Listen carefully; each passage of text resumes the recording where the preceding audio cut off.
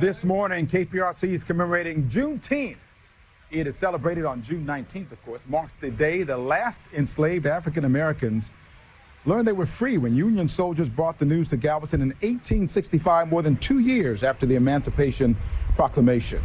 And today, history will be made as we await President Joe Biden's signature, making Juneteenth a federal holiday. This comes after the Senate passed the bill Tuesday, and then the House passed it yesterday. Once signed by the president, which is expected to happen later this afternoon, Juneteenth will become the country's 12th federal holiday. Good morning, and thank you guys for joining us. I'm Lisa Hernandez. And I'm Cambrell Marshall. We are live here at Emancipation Park. There's a lot of stuff going on here. Lots going on this weekend, including a traditional Juneteenth meal distribution.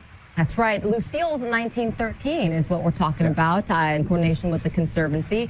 They're no stranger to helping out the community, from food drivers to water distributions. Lucille's answers the call when Houstonians are in need. And we're going to talk to the chef of Lucille's in just a few minutes. But first, Cambrell, you've got a brief history of Emancipation Park. I do. I'm excited. I've got Lucy Bermond, who's with the Conservancy, which you are amazing. I've known you forever, and every time you see growing up. And I also have Lawrence Walker, who's with Lucille's 1913. This park has so much tradition. For people who don't know, talk about why this is such an important part of this Juneteenth celebration. It's an important part of the Juneteenth celebration and the meal distribution, because we're trying to keep the rich tradition of the park and do everything we would have done here at the park that they did back in 1872. And one of that is celebrating with a meal.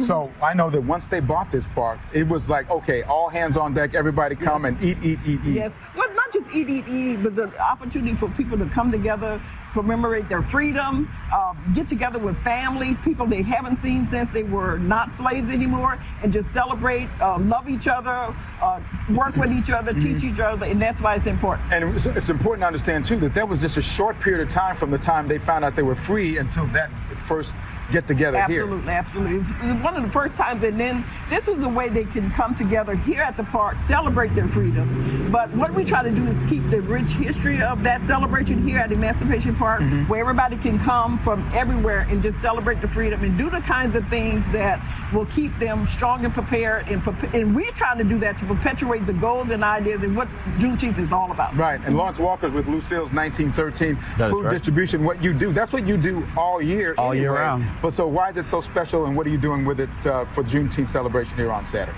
Well, it's special because it's us. You know, it's us. We try to feed our communities and any community in need, and this is a perfect partnership with Emancipation to feed the people of Third Ward or whoever wants to come. So we're really excited about it. It's going to be really fun. The food is going to be good. I have some barbecue chicken, which I love personally. I have some baked beans, some green beans with caramelized onions. So yeah, it's going to be a really good time, and come out and enjoy. And so what are the times of that? It's from 11 to 1, and again, it's the rich tradition barbecue, red soda water, and watermelon. Oh, woo! I think that's a good reason to be there. Thank you, Lucy. Always good to see you. Always good to see you. Lawrence, thank you for what you're doing. Lucille's Appreciate it. Just a big part of this community and continues to be a bigger part. So thank you for what you're doing as well. Thank you very much. Right. And the weather's going to cooperate, so that's good too. You made it happen. I know. Lisa? All right, Cambrell, thank you. Bill making Juneteenth a federal holiday is one step closer to the president's desk. House Speaker Nancy Pelosi signed the enrolled bill this morning, surrounded by members of the Congressional Black Caucus. It's one last step before it heads to President Biden, who is set to sign it later today. And down on the island, KPRC2's Kathy Hernandez joining us live with when President Biden is expected to sign that bill. And Kathy, you're explaining a special dedication that's happening this weekend in Galveston. Absolutely right. As you said it there, President Biden is expected to sign that bill at 2:30 our time. Meanwhile, back here on the island, you can see right behind me a special tribute here in Galveston called Absolute Equality. On Saturday, they will dedicate this 5,000 square foot mural. This is near where Major General Gordon Granger gave the orders that granted freedom to more than 250,000 slaves in Texas. The center, the epicenter of Juneteenth, and they celebrated around the world, but I mean, it started here. You know. Gary Brown drove from Friendswood to Galveston today to see this new mural, Absolute Equality in honor of Juneteenth. It'll be dedicated on Saturday. And I do feel the sense of history here. Juneteenth commemorates when the last enslaved African Americans in Galveston learned they were free. It was 2 years after President Abraham Lincoln's Emancipation Proclamation in 1863. The bill is passed. Juneteenth is one step closer to becoming a national holiday. A bill passed the House yesterday after unanimous support from the Senate on Tuesday.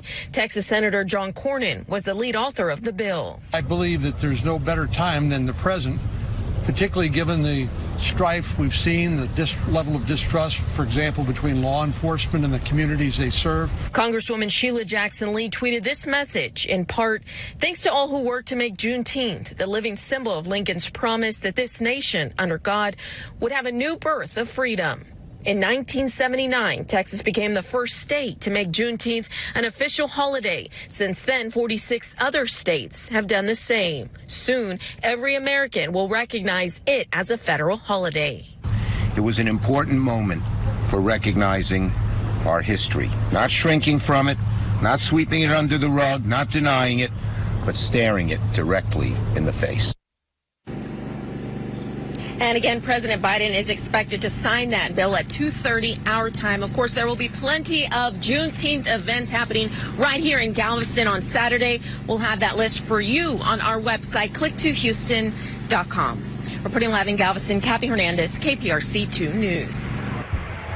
And thank you so much, Kathy. We are, of course, live here at Emancipation Park, bringing you the special guests and performances throughout the latter part of this morning and to this afternoon as well. Celebrating Juneteenth. That's right. Stay with KPRC2, both on air and online, for continuing coverage. Right now, we do want to send it back to the studio with Sophia and Amy for a look at the other news stories they're working on this morning, guys. All right. Thanks, guys. We'll see you again in a bit.